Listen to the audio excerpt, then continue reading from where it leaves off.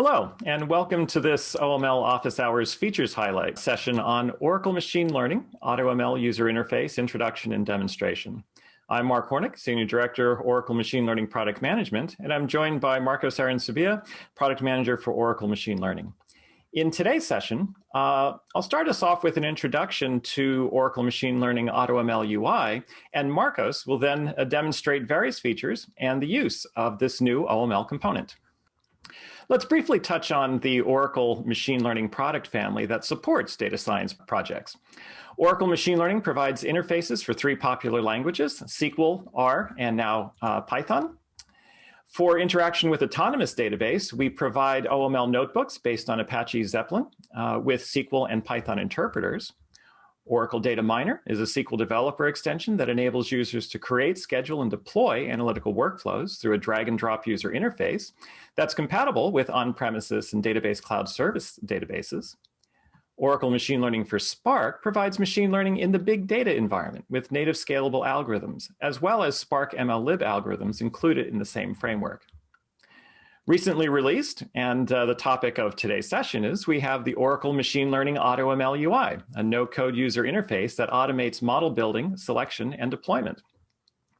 And Oracle Machine Learning Services, the REST-based service for model deployment, management, and cognitive text. And we went into great detail on that in our last session.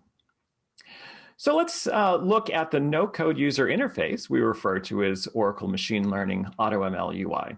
Here's a short video that motivates this new interface to get us started.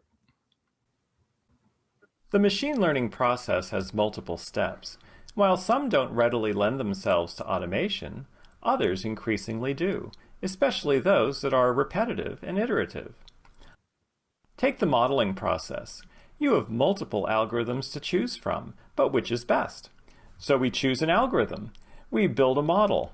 We tune it, hopefully to improve model quality, and then compare it against previous models, and repeat with the next algorithm. This trial and error approach is expensive, both in terms of time and compute resources. Oracle Machine Learning AutoML UI provides a no-code user interface that automates this machine learning process. How easy can we make it? Define your business problem, prepare your data, then just specify the data table and target you want to predict. OML AutoML UI does the rest to produce several models for you to consider.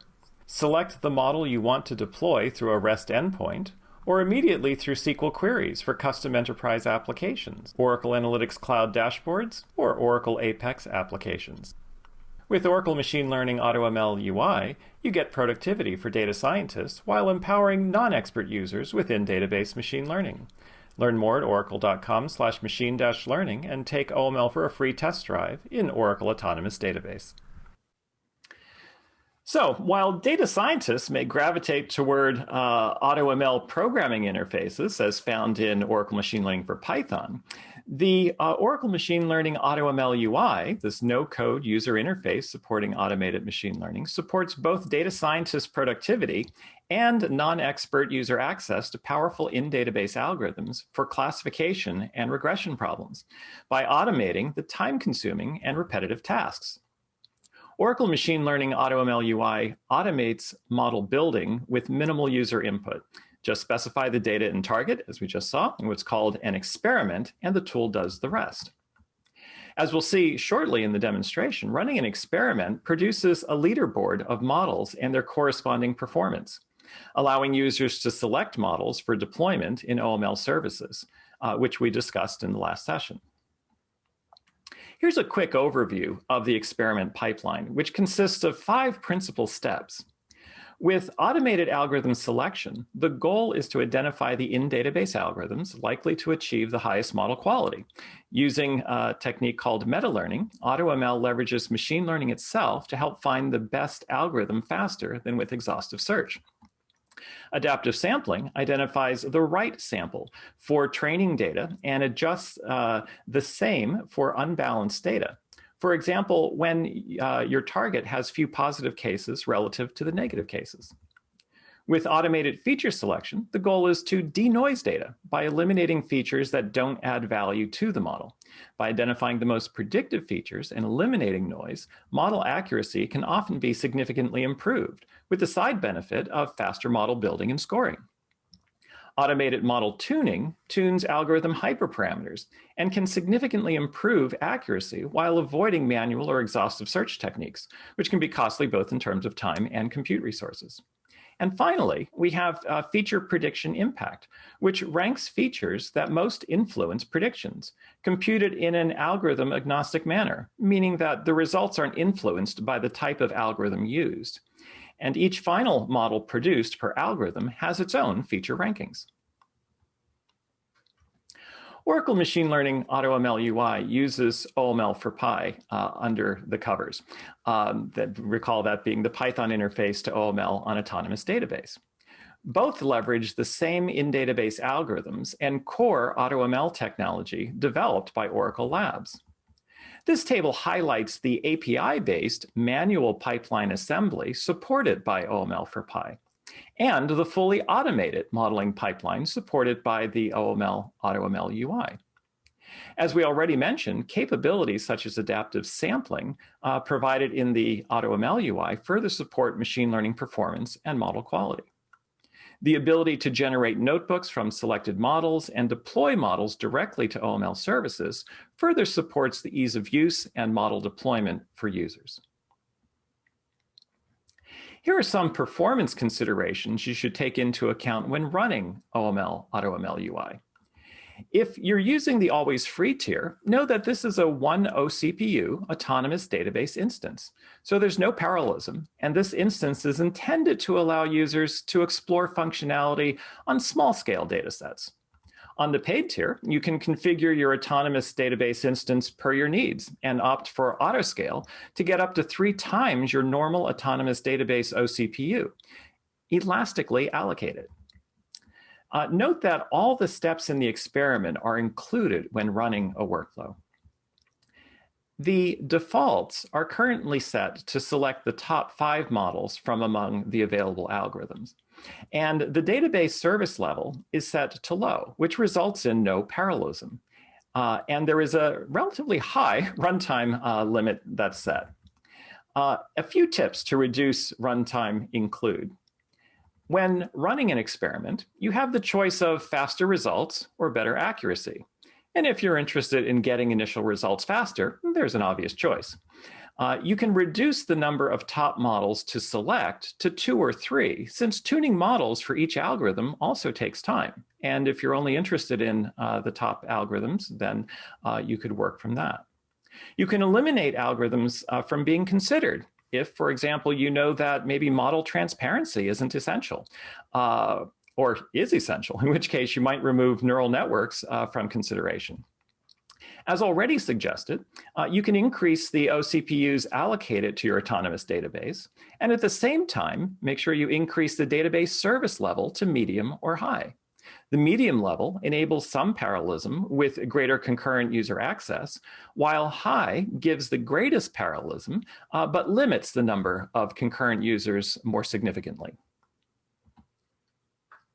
Let's look at how the OML components work together as part of a more complete data science machine learning platform, including the broader Oracle stack. Enterprises may already have all of their data in their autonomous database instances, but users starting from scratch may want to load data themselves, perhaps from a CSV file. Oracle Autonomous Database provides a variety of convenient interfaces to load data. With the data in Autonomous Database, users can leverage OML notebooks using SQL and Python to explore and prepare data prior to moving to the modeling step. Another powerful tool for exploring and preparing data is Oracle Analytics Cloud, which, by the way, can also import data, enable powerful visualizations, and even do its own machine learning. There are more tools, such as Oracle Data Integrator, that also support these phases. Now, when it comes to modeling and deployment, there are many ways to produce and consume models using Oracle Machine Learning. Here, with the focus on the OML AutoML UI, once an experiment has produced the desired results, One or more of these models can be deployed to OML services for immediate use by Oracle Apex and other enterprise applications via REST endpoints. Users can also generate a notebook for a selected model, modify the generated OML for Pi code if desired, and then run the notebook to generate a model. The resulting in-database model can be exported and deployed to OML services for use by applications, including Oracle Apex applications. Or that same model is also ready for immediate use by enterprise applications from SQL. Of course, models produced by AutoML UI can be used straight from SQL queries for scoring by applications, and with those same models available within Oracle Analytics Cloud due to OAC's integration with OML. So with that, I'd like to turn it to Marcos, and he'll take us through a demo of the AutoML UI. Thank you, Mark. Okay. Hi, everyone. So basically what you're looking at here is the homepage, right, of the Oracle Machine Learning. So if you log in now, right, because all of these products are generally available, so you'll see it even in the free tier, right, like Mark was explaining before. So for AutoML UI, basically you can click on the AutoML right here in the quick actions, or you can go also to the menu here, and you're going to see it over here as well. So let's click on that. And right here, I see previous experiments that I have been working on. But let's create a brand new experiment then. So the experiment is actually the specific set of models that I'm going to try and test for a specific data source, right? So in this case, I'm going to call it office hours experiment. And what I'm going to look at is right now, affinity card. That's the prediction that I want to try to do.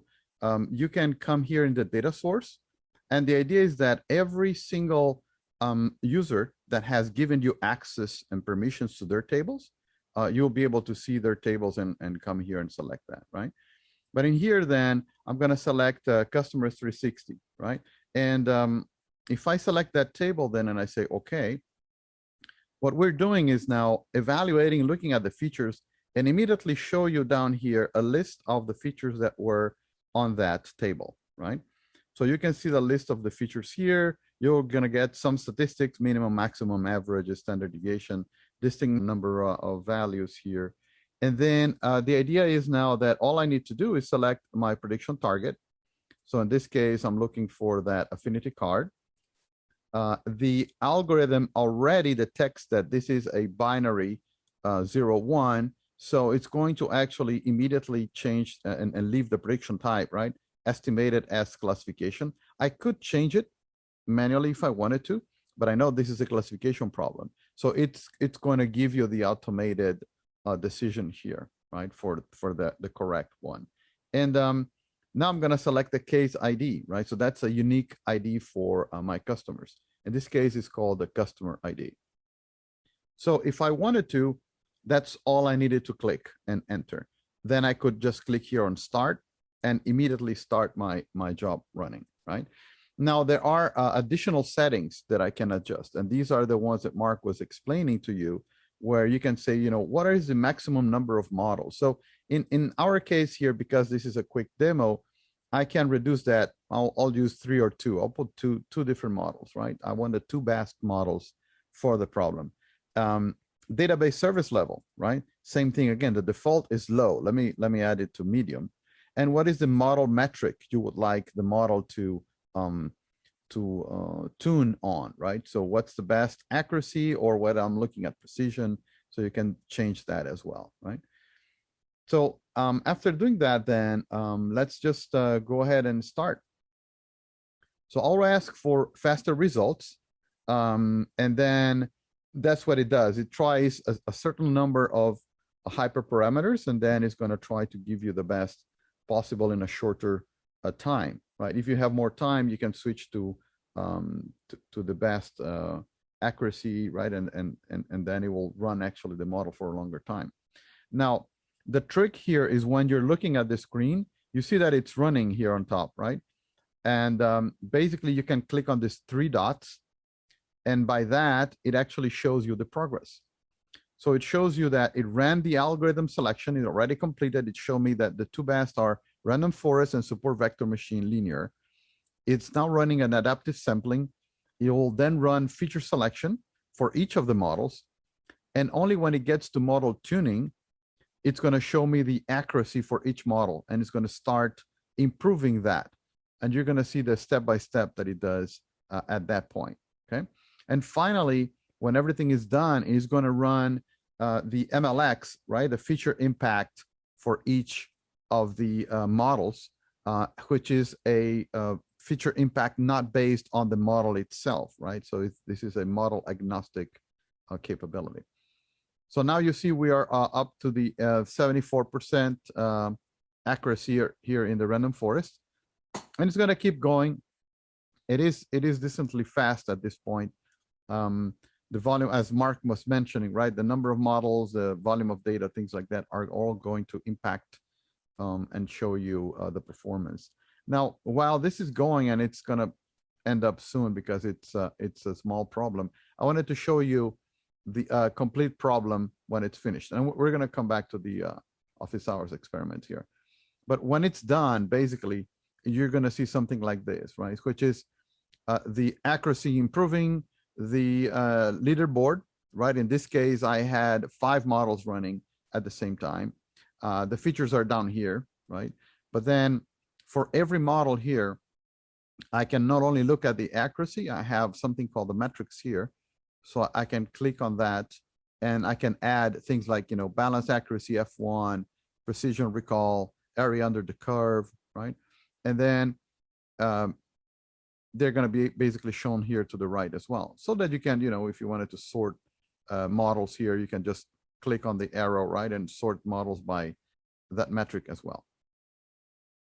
Then for every model, you see that the name is a link. So you can click on that model's name, and then you see the prediction impact for that model.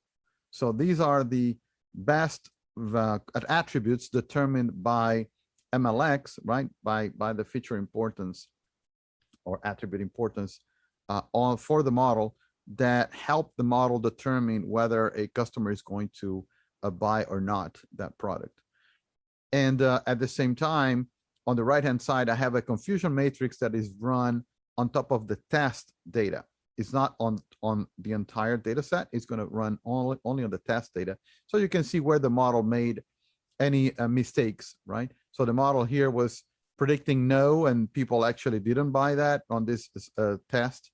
So you got 123 customers, which is good. And then I predicted that they were going to buy, and they did buy 23.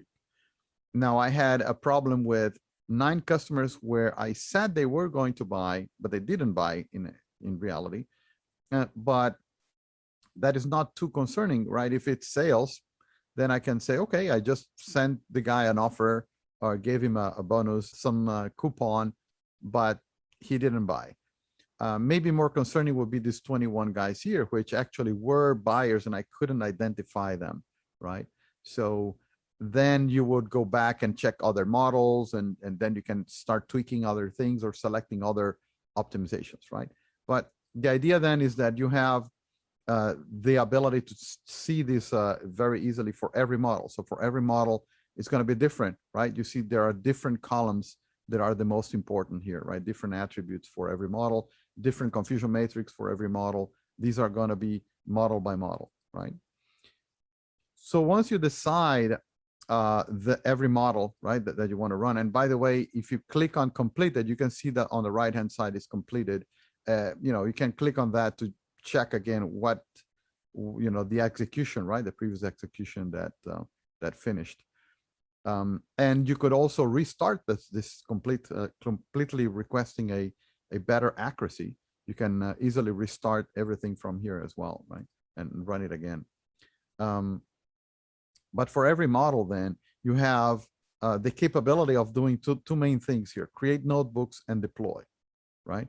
So at this point, when you do create notebook, what the AutoML is going to do, and I'm going to actually show you in the experiment we're running, but you're going to be able to create a notebook that actually deploys the model immediately in Python, and you can see the OML for Py code, and it shows you what were the best attributes and hyperparameters that were used to actually develop this model.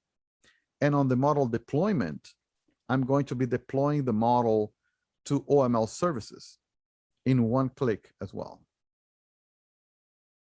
And one last feature is edit. So you can say, well, I like this experiment, but I would like to make changes to it, right? So you can actually literally come here and do edit and change the settings, and change the number of models you want to run, the types of models, right? Like Mark was saying, maybe you want to exclude neural networks to make things faster. So these are things that you can select, and then you would run it again.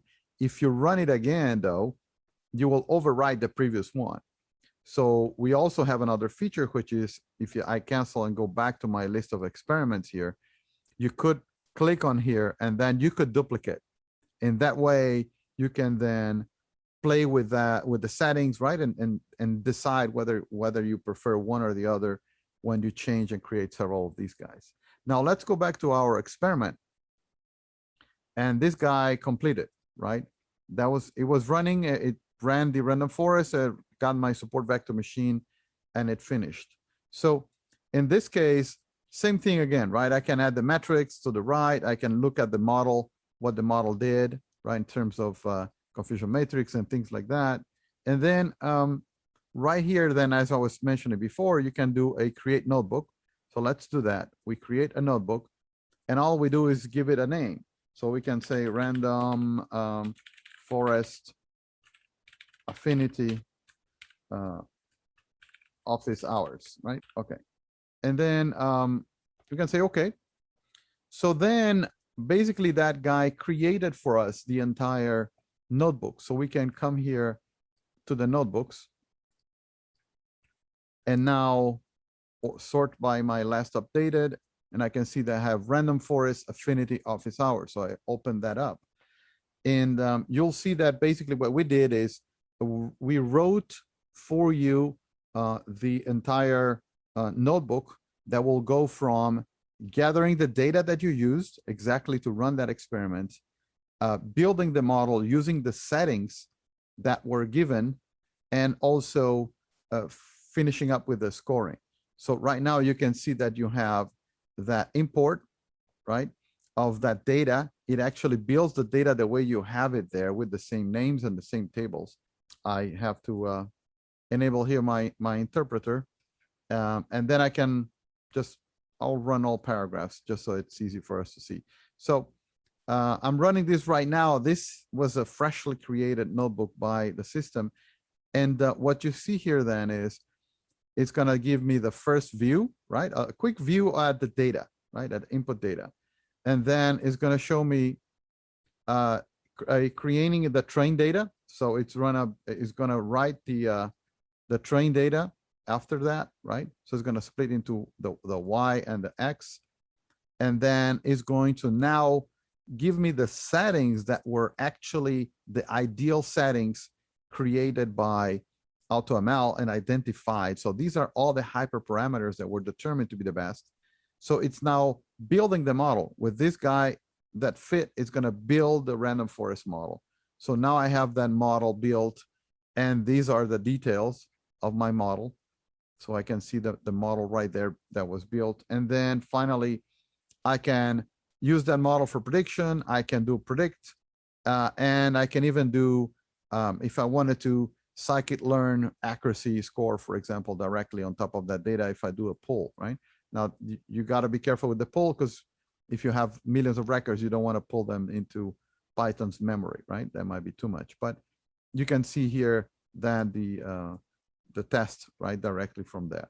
So that is one way we're helping people that don't want to code or do not know how to code, or there are the users that want to make it easy.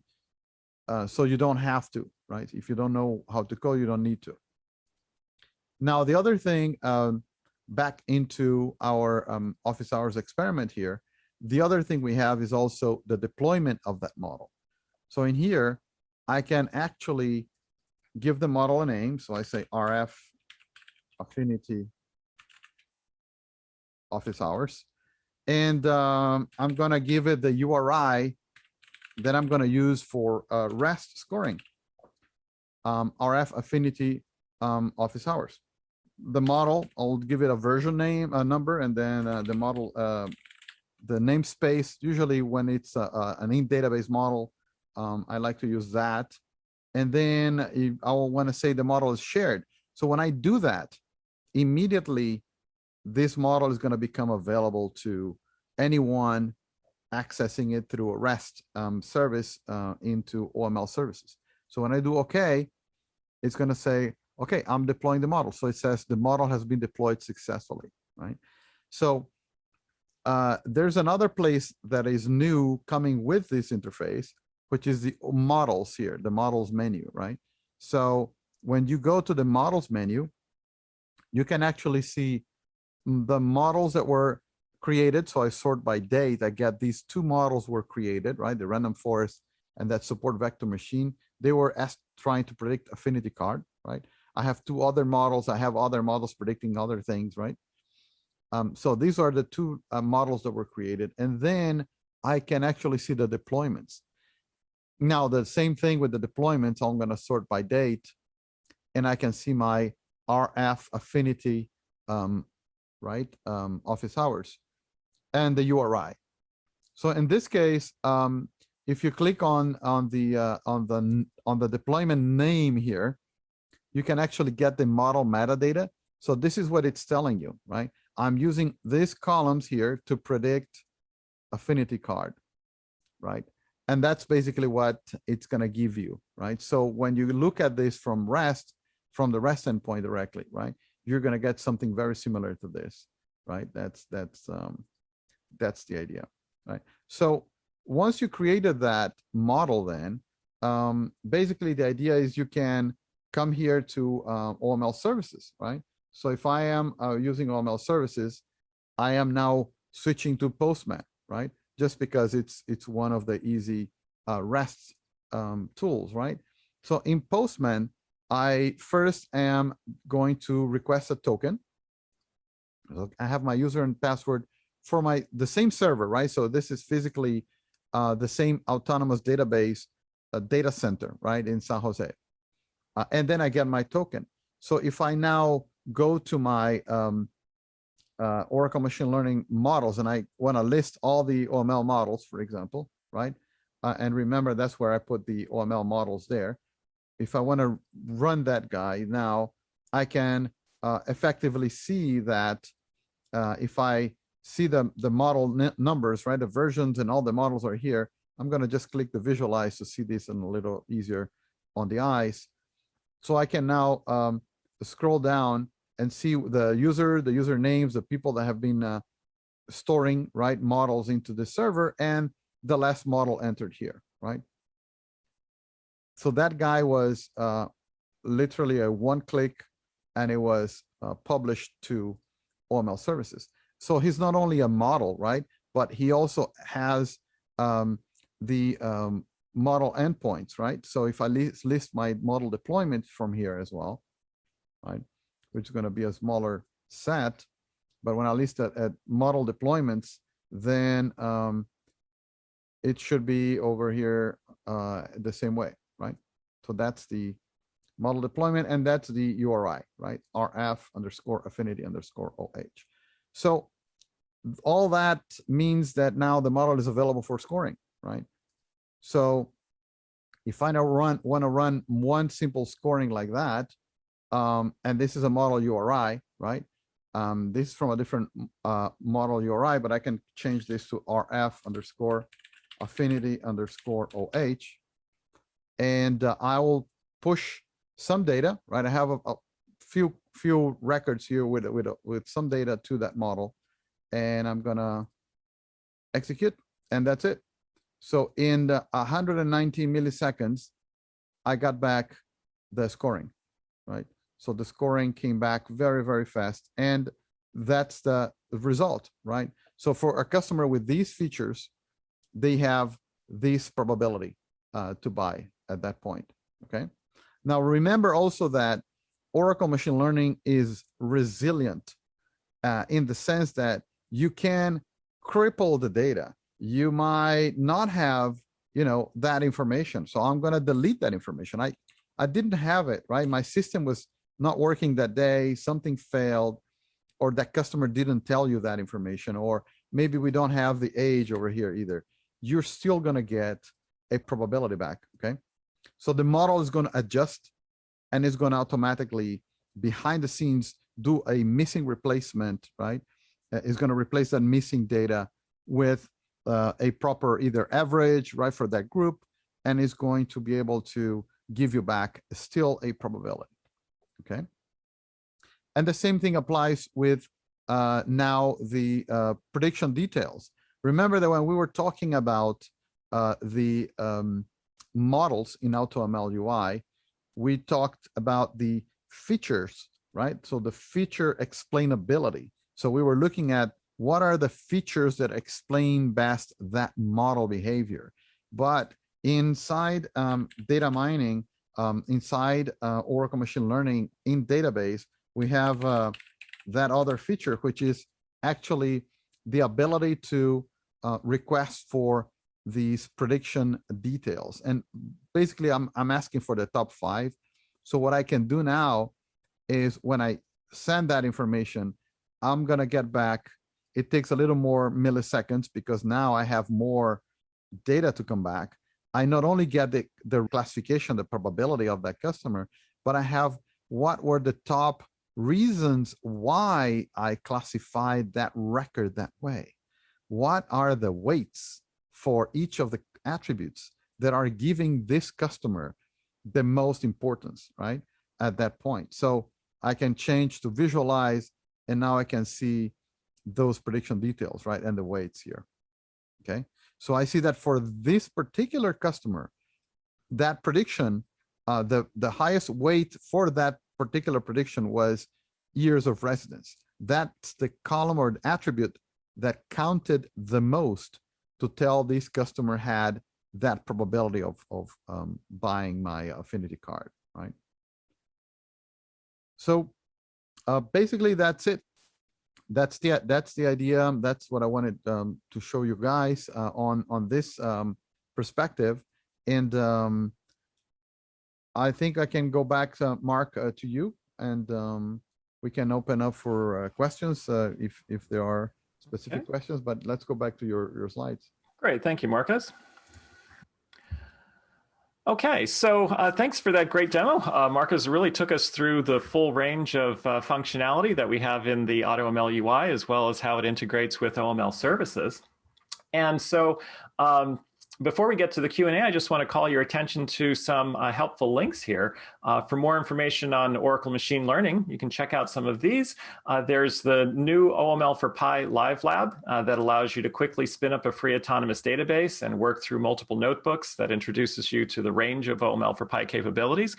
If some of you joined our session on the hands-on lab we did as part of the office hours, this would allow you to continue on that journey to learn about OML for Pi. Also check out our other Oracle Machine Learning office hours. And as we mentioned, Oracle Machine Learning is integrated with Analytics Cloud, Oracle Analytics Cloud. And there's a wide range of analytics examples that you can draw upon through the link provided here. And here are some additional resources specific to OML for Pi and OML AutoML UI, as well as OML services that you might find useful. So with that, we can continue taking some questions. I see there might be one more in the Q&A. Let's jump to that. I see Marcos is typing an answer to it, but Marcos, perhaps you want to answer that also in real time? Yes. So yeah, the question is whether OML for Pis, including AutoML, not the UI, would be available for 19C and or 21C on premises. And yes, so the answer I was typing here is it's going to come, OML for Pi with AutoML is going to come for on-premises database when the database 21C is released. We expect that to come still within the next couple of quarters, I would say. That we can't be precise, right, for these things. Also, the expectation is that we are going to backport the OML for Pi to 19C after the release, right, on 21C. Mm-hmm. So that should take some more time after that, but we expect that's going to also be available for 19C with AutoML as well. Okay. A second question is, where are the helpful links provided so that they can get access to them? We will be sharing the slides on the office hours site. And so within there, you'll have a PDF and all the links should be active in there. Is there a way to score a scikit-learn model via the REST API as Marcos did with OML models? Marcos? Well, it depends on what we're saying, right? So for, can I share, Mark, for a second? Yeah, sure. Okay. So I think there are two things, right? So maybe we need more details there, but the REST APIs, you can score scikit-learn models as long as you register them with OML services, right? As Onyx, right? So basically, if you have an Onyx model, then what you can do is you can pick up that zip file that contains your Onyx model, and then you can then score. You create an endpoint for that, right? So we gotta create an endpoint for it. But then once it's done, yes. So right now I got my zip file here, my Titanic model. I'm passing it data here, and I can score it, right? So this is a scikit-learn Onyx format model that is stored by OML services. You're going to still see that in AutoML UI here in the deployments, right? In the model deployments. So you're going to see the scikit models and things along those lines, right? Models that are image classification, right? But they are only going to be shown in the deployments. They're not actually the user models because these are the in-database ones, right? So they're going to still show up here, but yes, you can use them with OML services for scoring. Okay.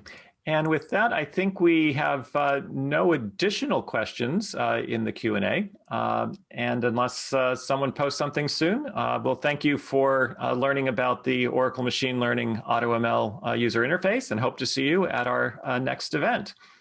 Thank you very much. Take care, everyone. Bye-bye. Guys.